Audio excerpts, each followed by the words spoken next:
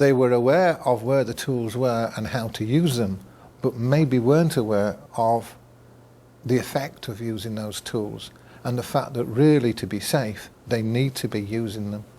Group down there, what did you try and change? The date of birth and tried to hide the second name. Right, and how easy was it? It was very easy. Very easy. After this session that we've had with all safety, I'm going to go back and look at my profiles that I've got, think about twice as in what I want and what I don't want, and then change privacy and everything. Hands up if you've looked at your security settings recently on your own profile. Okay. Hands up if when you get home tonight you look at the security settings on your own profile. Okay. You have to take it quite serious because just like the simplest things like your date of birth, your school, your photo, they can all be added together and some random person could come find you. In terms of other teachers across the country, if they saw this, especially ICT teachers, they might feel it's not as bad a problem as it is in our school. I think what they should do is run the same activities as we have. Activities are there, resources are there, it's quite clear, it doesn't take much to set up and see what the results are. Who thinks their social networking site is going to be more secure because of what they've learnt today? Thanks, guys. That's great. Stay safe. Online safety has been made a priority at Stocksbridge High School in Sheffield. It's one of the few schools in the country to appoint e-safety officers. David Kavanagh is one of two in the team. E-safety became a personal concern of mine when we were doing a filming unit with the Year 9s. One of the girls in the class asked if she could go onto her Zopia site and grab a picture so she could have it as the front cover for her movie.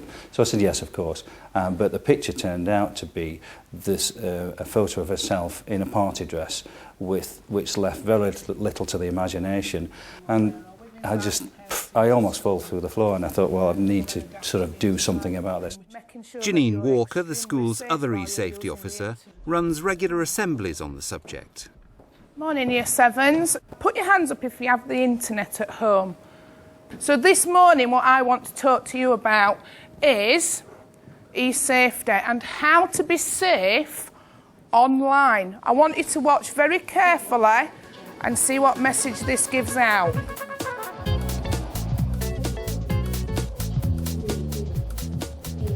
The Year 7s watch a video made by the Child Exploitation Online Protection Group showing how a young boy could be trapped online. He's a keen footballer and a social network user praises his skills after he posts a video online.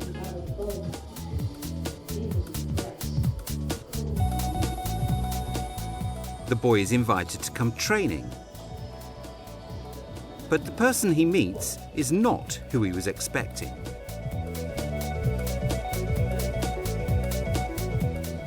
It's a classic tactic of paedophiles. I don't think the students understand how little they actually do know. And you see them when they've watched the video back or they've listened to the speech or the assembly, they sat there and you can hear a pin drop. Okay, put your hand up if you've learnt something from those videos. If you can take something away from 2 videos that you've just watched and make yourself a little bit safer at home and on the internet. I'd like to think back to yesterday's assembly in the morning, and we had a really good presentation about internet safety. I'd like you to think about what you saw, and I'd like you to design some posters, not for yourselves, because I think you should have understood the message, but for Year 6s to look at, to help them understand how they can be safe on the internet. We never run anything in isolation. We never just run a themed assembly and that is it. It is always complemented and follow on with worksheets, with information sheets, with evaluations. And that's the secret to getting it right, according to the leading agency promoting children's safety online. A one-off lesson on e-safety will not do anybody any good.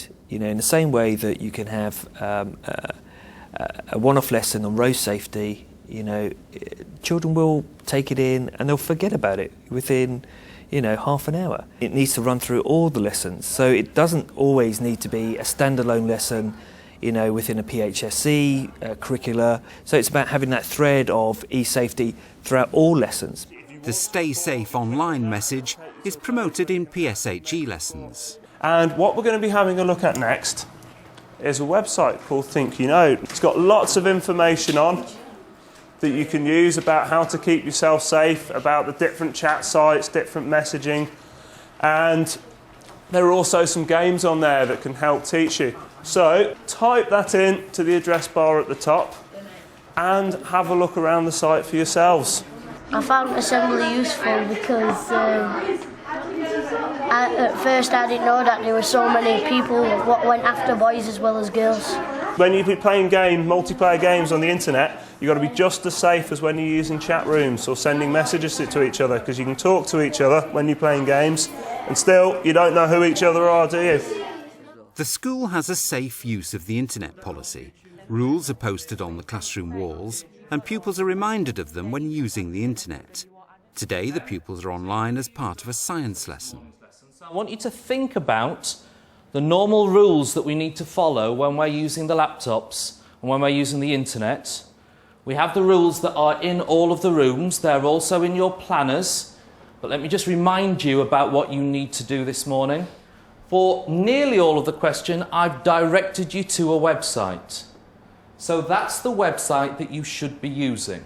Using ICT in a lesson other than ICT brings particular challenges, but it's such a useful tool that, you know, the time that you spend looking through the website and making sure they're safe and making sure they're accessible and usable to the students is usually time well spent.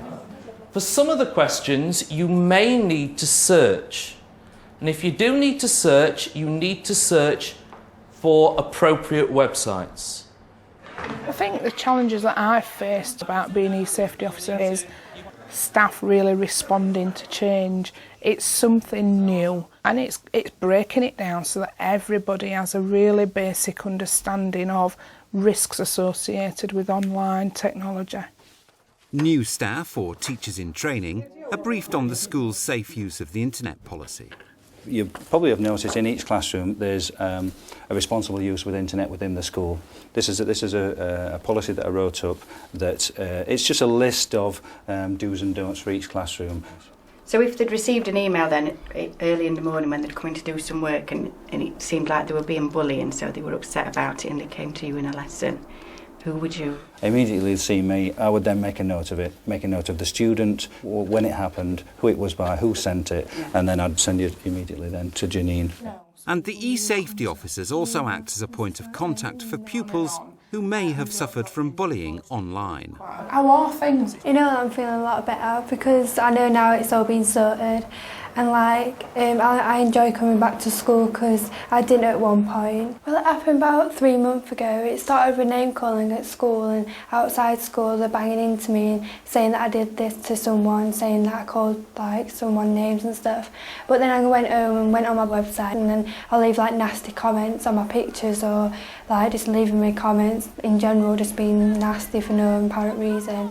And I got really scared because I thought if I told someone and I'll get bullied even more or I'll get beat up or something. How long did you sit at home not telling anybody?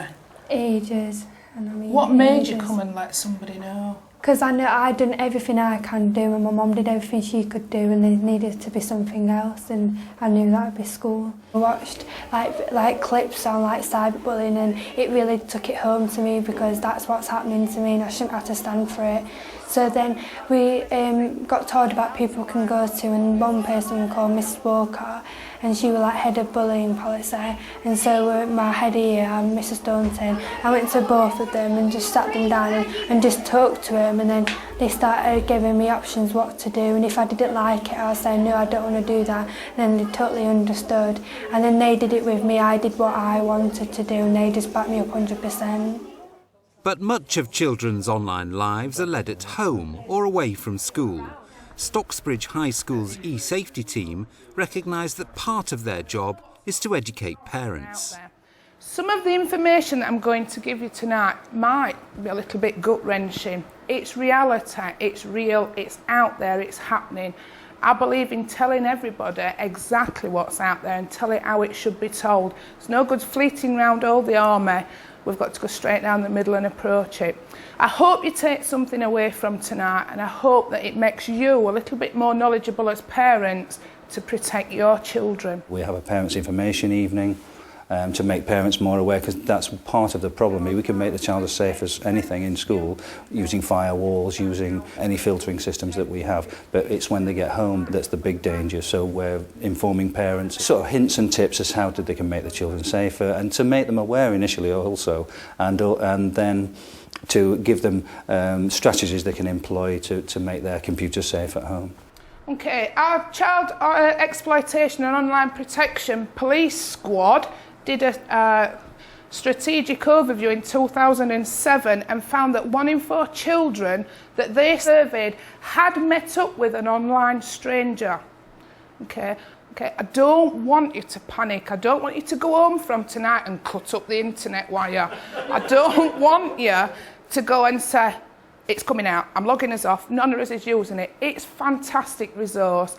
It's just to make you more knowledgeable that these risks are out there.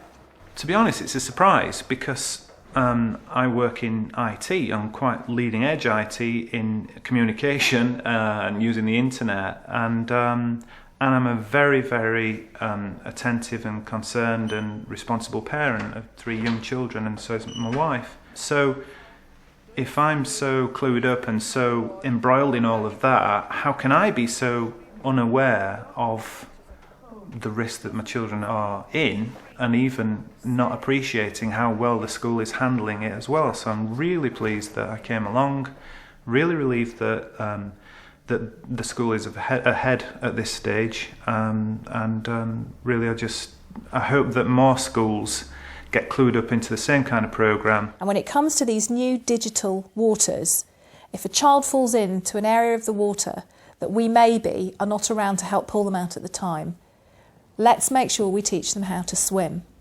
And that's what e-safety is about. It's about a combination of proper, appropriate safety measures that fit the age and stage of development of the child, but also that child themselves can swim, that if, Lord forbid, something really bad happens, they're not going to drown. To help teachers with the complex area of safety online, the Child Exploitation and Online Protection Group has produced a number of useful resources. The teachers' resources we've developed with teachers themselves. So the lesson plans that go alongside the resources that you can access either through training or by downloading have been developed in conjunction with teachers themselves. So they should work in the classroom, and they should help you deliver the objectives you're trying to deliver through those lesson plans. So that's just a really important point. This is not just about us as law enforcement saying this is right and wrong. This is about us collaborating with children and young people and with teachers themselves to develop something that hopefully works for them. You can find links to the CEOPS resources and other useful sites by visiting the Teachers TV website.